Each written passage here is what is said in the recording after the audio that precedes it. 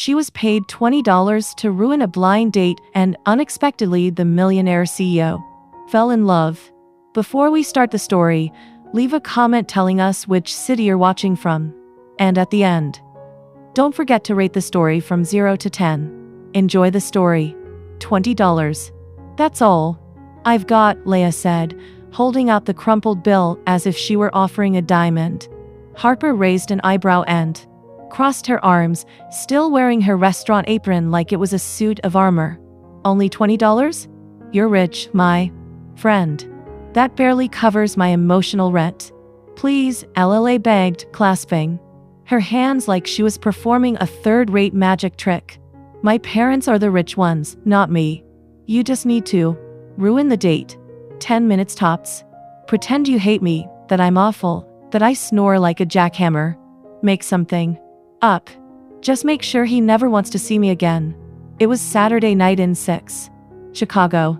The restaurant where Harper worked, the Ivory Table, was packed with wealthy couples and expensive dinners, served with French words. Harper, on the other hand, was paid by the hour, shared an apartment with a dying plant and a gecko. Leah had been her best friend since high school, and now her parents were forcing her to go on a blind date with a promising young man, heir to a fortune, according to her mother. But Leah already had a boyfriend, a broke boyfriend, invisible to her family's elite eyes. The arranged date was a threat, and Harper was the perfect distraction. Okay. Harper took a deep breath and grabbed the bill. But if he leaves before the main course, you owe me an extra strawberry milkshake. Harper walked into the dining room with the confidence of someone who had nothing to lose. Her hair was tied up haphazardly, a notepad in one hand, and chaos in her. Pleading. Next to her, sitting with calm elegance, was the man, charcoal gray suit, understated watch, and a gaze as steady as it was dangerous. The kind of man who seemed to know exactly how much money was in his account and never had to worry about it. Harper swallowed. This was supposed to be just a blind date. Why did the guy look like he'd stepped out of a Millionaire CEO magazine? She walked up to the table pretending she knew nothing. Good evening, she said, forcing an overly bright smile. My name's Harper, and I'll be taking care of you tonight or ruining everything depending on how you look at it. Leah nearly choked on her water.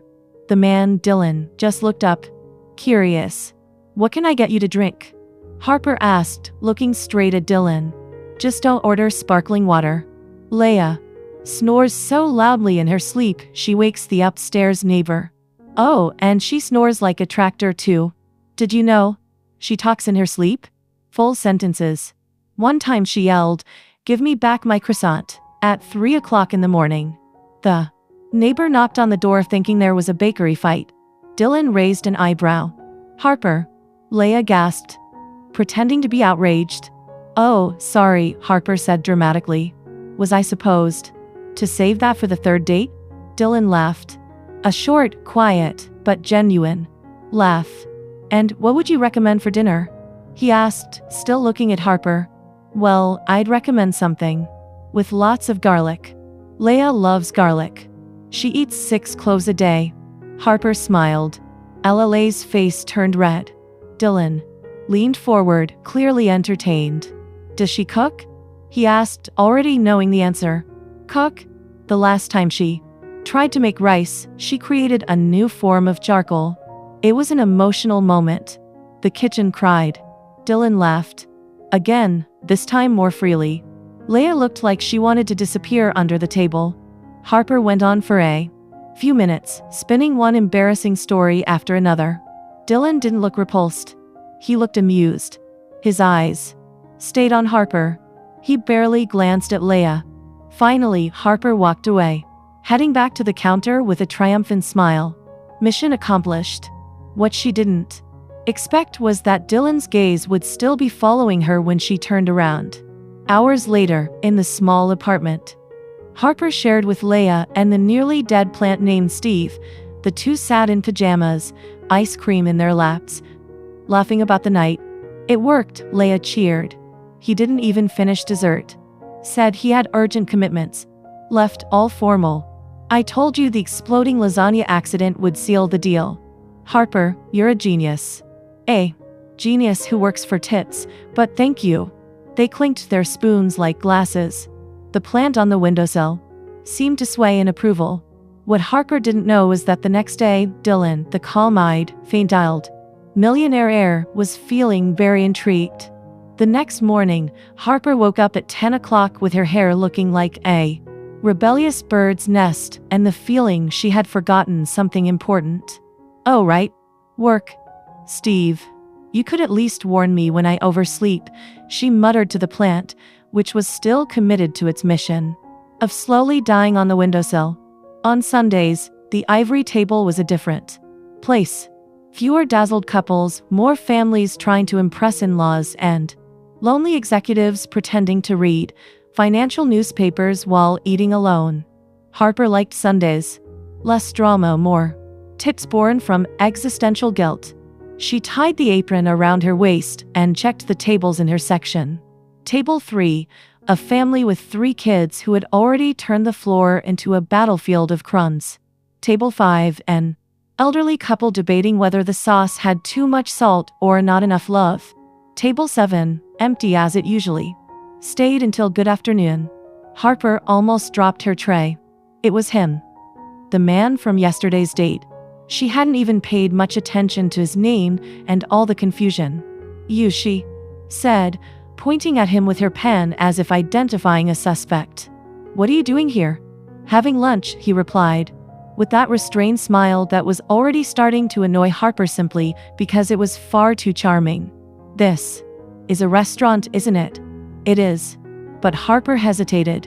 Yesterday you ran out of here like you'd seen the ghost of Italian cuisine. I thought I'd traumatized you forever.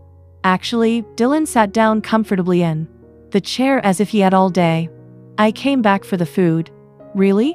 Harper raised a skeptical eyebrow. You didn't even taste anything yesterday. Exactly. I got curious. Harper studied him for a moment. He was wearing a light blue shirt, no tie, and looked more relaxed than the night before. Less formal, more human. Well, she said, picking up her notepad. What will you have? Just so you know, our special sauce today is chaos. Seasoned with irony. A house specialty. Dylan laughed. A genuine sound that made Harper blink and surprise. Chaos and irony. Interesting combination. That's 7:0 what gives life its flavor. Without it, everything gets very dull. And you know a lot about life's seasonings. Well, I've been working here for 3 years serving people who make more in a month than I do in a year. If that doesn't teach you about irony, nothing will. Dylan tilted his head genuinely. 7:2 interested, and the chaos? Oh, chaos is my specialty, Harper said dramatically. Sometimes I can even ruin a romantic date in 15 minutes using nothing but embarrassing stories and creativity. It's an art form. I saw that. Very impressive. Harper stopped, pen suspended in the air. Wait, you thought that was impressive?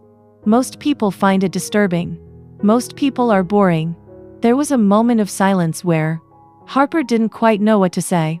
Compliments weren't exactly her area of expertise. Anyway, she cleared her throat. What do you want to eat? And don't say you choose because that's too much responsibility for someone who can barely pick which socks to wear in the morning. But I do want you to choose. Why? Because you work here. You must know it's really good. Harper stared at him, looking for signs of sarcasm. She found none. All right, but if you complain, remember it was your idea. Noted. Harper scribbled down the order and walked away, but not before noticing Dylan watching her as she moved. Not the typical bored customer look, but something different. Curious, interested. In the kitchen, she handed the order to Marcus, the chef. Table 7 wants the salmon with passion fruit sauce and the arugula salad with walnuts. She said, the guy at table 7 hasn't stopped looking at you since he got here, Marcus said as he seasoned a pan. Do you know him? Sort of. It's complicated. Complicated like psychotic ex-boyfriend or complicated like millionaire heir falling for the waitress. Harper laughed. Complicated. Like I have no idea what's going on. When she came back with the drink, Dylan was reading something on his phone, but he immediately put it away when he saw her. So, she said, setting the glass on the table. While you're waiting for your food, how about telling me why you really came back here? And I'm nung for the food as an answer. Why not? Because yesterday you seemed more interested in me than in Leia, and that's strange considering it was supposed to be a romantic date with her. Dylan smiled. You're very direct. It's a gift. Comes with the sarcasm and the ability to balance 5 plates on my left arm. Impressive resume. Thank you. Now answer the question. Dylan hesitated as if choosing his words carefully. You said something yesterday that caught my attention. I said a lot of things yesterday, most of them embarrassing and made up about your friend burning rice and creating a new species of charcoal. Harper laughed. Oh, that one was a made-up. Leia really is a danger in the kitchen, but the way you told it, you have a knack for it. For embarrassing people in public. Thanks, I guess. For telling stories. For making people laugh. It's a rare talent. Harper stopped wiping the table, which was already clean. You're strange. Why? Most of the guys who come here complain if the water isn't the perfect temperature. You're here complimenting my ability to create drama at a dinner table. Maybe. I'm not like most of the guys who come here. Before Harper could answer, Marcus rang the kitchen bell. The dish was ready. Saved by the bell, she muttered, heading to get the food. The salmon was perfect as always. Marcus had golden hands in the kitchen, even if he was a professional grumbler. Your choice, he said, setting the plate in front of Dylan. If you don't like it, it's entirely my fault, and I'll take the consequences. Dylan took a bite, his eyes lit up. This is amazing. Marcus will be happy to hear that. He's always saying no one appreciates real food anymore. And you? Do you cook? Harper almost laughed. Me? My cooking skills are limited to instant noodles and peanut butter sandwiches. But at least I have a decent palate. Are you sure? You chose this perfectly. Beginner's luck. Dylan kept eating, clearly enjoying every bite. Harper moved on to serve other tables, but every time she glanced toward table 7, he was watching her. Not in a strange or uncomfortable way, but with genuine interest. When she explained to the family at table 3 why they didn't serve regular nuggets, not this strange French thing, Dylan smiled. When she convinced the couple at table 5 to try dessert, because life is too short to skip the tiramisu, he nodded in approval. You're popular here, he said when she came back to clear his empty plate.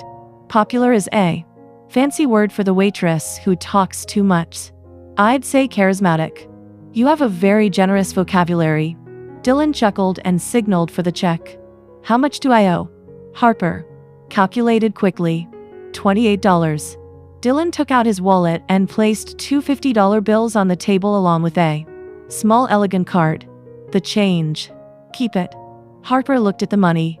$72 in tip. On a $28 meal. That's a lot for exceptional service and a perfect menu choice.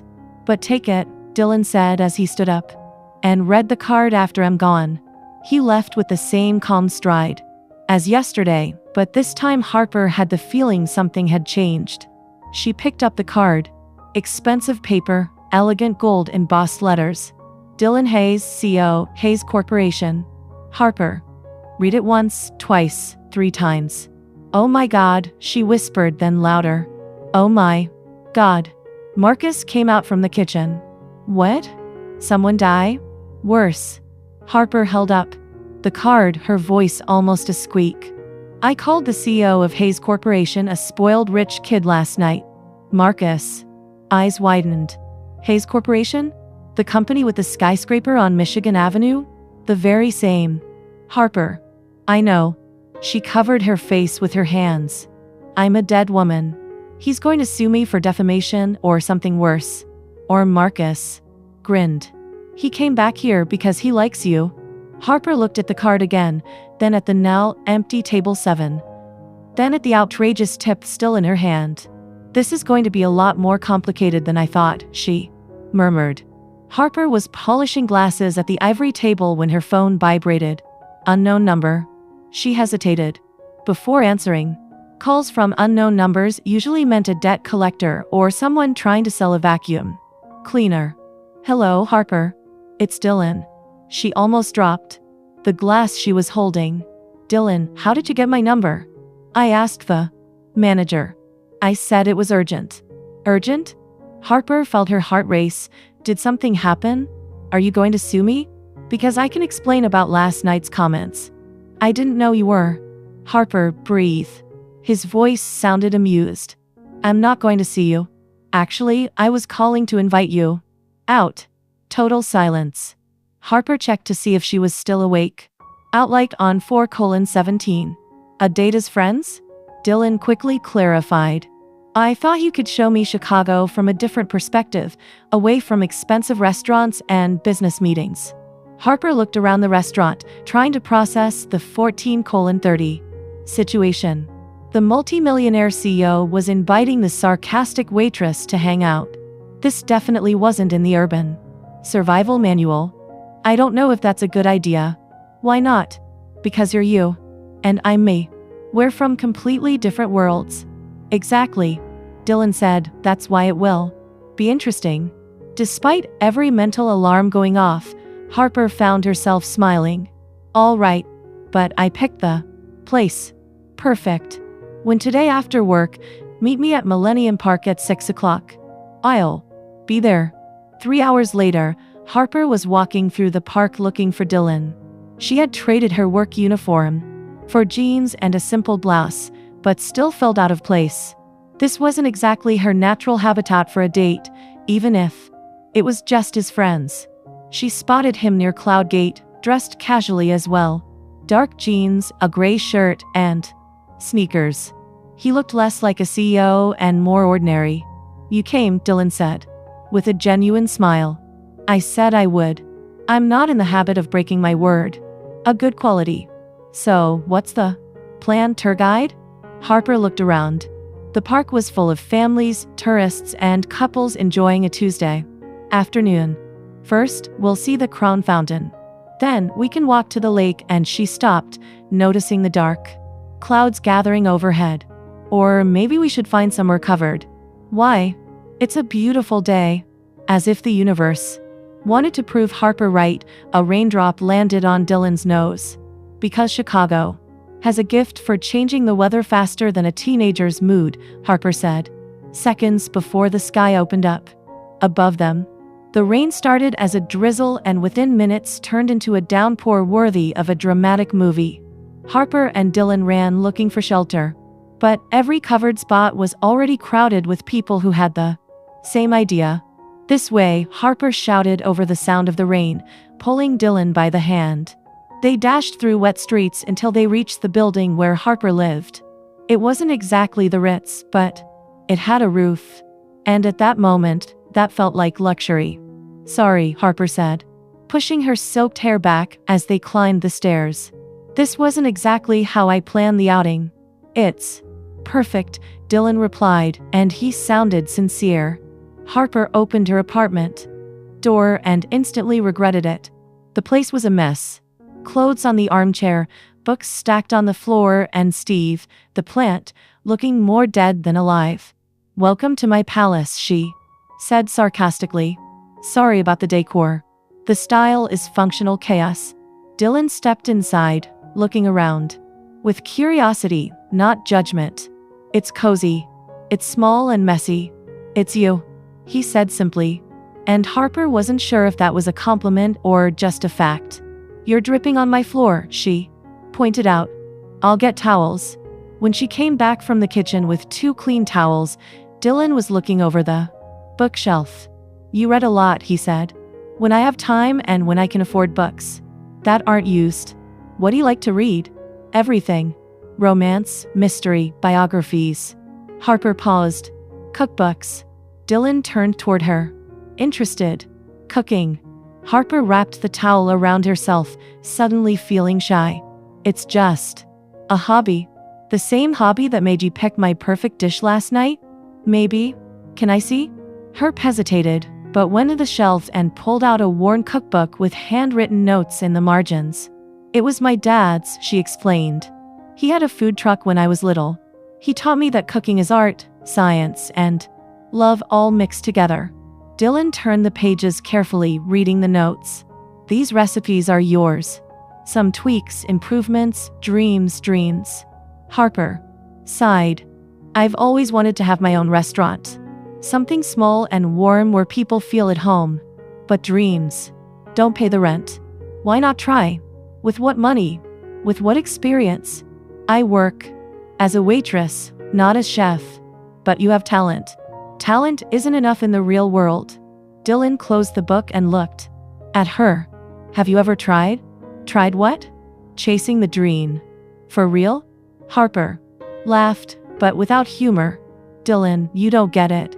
People like me don't open restaurants. People like me serve food in restaurants owned by people like you. That's nonsense. That's reality. They were silent for a moment, the tension thick in the air.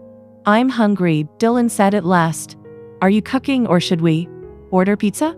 Harper glanced toward the tiny kitchen. I can improvise something. Just don't expect miracles. I accept the challenge. Harper rummaged through the fridge and cupboards. There wasn't much, but enough. Pasta, tomatoes, garlic, and some herbs she grew on the windowsill. Dylan sat at the counter watching her work. Harper started by sautéing garlic in olive oil, adding chopped tomatoes and fresh seasonings. Her movements were fluid, natural. Where'd you learn to do that? Dylan asked. From my dad. He used to say, every dish tells a story. And what story is this one telling? Harper smiled as she stirred the sauce. The story of a waitress trying to impress a CEO with $5 worth of ingredients. It's working. The pasta was ready in 20 minutes. Simple, but perfectly seasoned. Dylan took a bite and closed his eyes. This is amazing. It's just pasta with tomato sauce. No, it's not. This has soul. They ate at the small kitchen table, talking about everything and nothing. Dylan spoke about the pressure of taking over his 20:0 father's company, about expectations and responsibilities. Harper talked about growing up without much money, but with plenty of love. Sometimes, Dylan said, I envy people like you. Poor people. Harper laughed. Trust me, it's not as glamorous as it sounds. Free people, 20:22, can be whoever you want, do whatever you want as long as I can pay the bills, but you get to choose your own battles. Harper studied him. There was something vulnerable in his expression, and you can't. My battles were chosen before I was born. The moment turned intimate. 20:40 filled with unexpected honesty. Dylan leaned slightly forward, and Harper felt her heart race. That's when the dude 20:47 flew open. Harper, Leia shouted, clearly drunk. You won't believe the night I've had. She stumbled into the kitchen and stopped abruptly when she saw Dylan. Hi, she said, blinking several times as if trying to focus. You're really handsome. Are you a delivery guy? Harper choked. Illa. Because if you are, I need to order a pizza. I'm starving. And Leia tripped and grabbed the table for support. Wait, why are you wearing Marcus's shirt? This is Dylan, Harper said quickly. Dylan? Leia frowned. Dylan who? The only Dylan I know is that guy who? Her eyes went wide. Oh my God. You're the guy from the date. Dylan gave a polite wave. Hello, LLA. You came back? LLA yelled then. Whispered loudly. Harper, he looks really hot today. You're drunk. I am. But I'm not blind. LLA turned to Dylan. Do you like Harper? LLA? Harper's face turned red. Because she's amazing. She cooks like an angel. She's funny, and once she saved a cat from a tree. Well, the cat actually climbed down on its own, but she tried. Dylan laughed. Good to know. And she's single, Leia went on. Very single, tragically single, like hasn't been kissed in 6 months. Single. Leela, what? I'm helping. Leia tripped. Again. You two make a beautiful couple. He's rich, you're poor, just like a soap opera. Harper wished the floor would swallow her whole. I think I'd better go, Dylan said, standing up. No, stay, Leia 5 protested. I'll go to my room, and you can keep doing whatever you are doing. And, by the look of things, it was something interesting. She gave them an exaggerated wink and staggered toward her room, slamming the door behind her. Harper and Dylan were left in awkward silence. Sorry, Harper murmured. She gets like that when she drinks. It's 22:3 to the door in silence. Dylan turned before leaving. Thank you for dinner and for the company. This was the best night I've had in a long time, even with the rain and Leia being drunk. Especially because of that, he leaned in and for a moment Harper thought he was going to kiss her, but instead he gently kissed her forehead. Good night, Harper. And he left, leaving Harper in the doorway, touching the spot where his lips had been, her heart beating faster than it should. In the days after that rain-soaked dinner, Dylan started showing up at the ivory tablet often enough to get noticed. Not every day, but often enough for Clara, the manager, to start asking uncomfortable questions and for the other waiters to start speculating about Harper's rich admirer. On Thursday, he came in at lunchtime and ordered only a coffee, staying for 2 hours reading newspapers and watching Harper work. On Friday, he showed up at the end of her shift and offered her a ride home, which she refused, but thanked him for. On Saturday, he simply appeared at the park where Harper was walking, pretending it was a coincidence. Are you following me? Harper asked, stopping next to the bench where Dylan was sitting with a book. Technically, I was here first, he replied, holding up the book.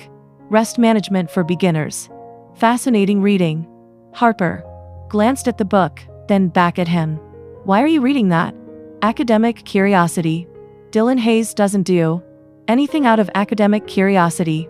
You've got some crazy plan in your head, don't you? Dylan closed the book and smiled in that dangerously familiar way. Actually, I have a proposal for you. If me to be your private waitress, the answer is no. Better than that. Dylan stood suddenly looking nervous. I want to invest in your restaurant. Harper blinked. What restaurant? You're going to open with me as the investor and you as the chef and partner.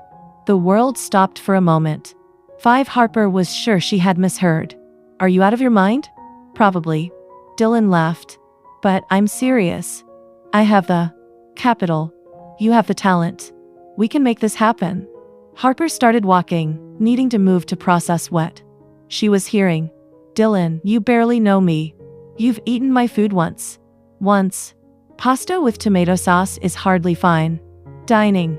It's not about the food, he said, walking beside her. Well, it's not just about the food. It's about the way you talk about cooking. It's about the passion in your eyes when you mention your father. It's about how you turn something simple into something special. Harper stopped walking. This is pity. You feel sorry for the poor waitress with impossible dreams. Harper. No. She turned to face him. I don't accept charity, especially not disguised as a business opportunity. It's not charity. No. Then what is it? Because men like you don't invest in people like me out of the goodness of their hearts. Dylan's expression grew serious. Maybe men like me recognize opportunities when they see them. And maybe people like you deserve chances they've never had.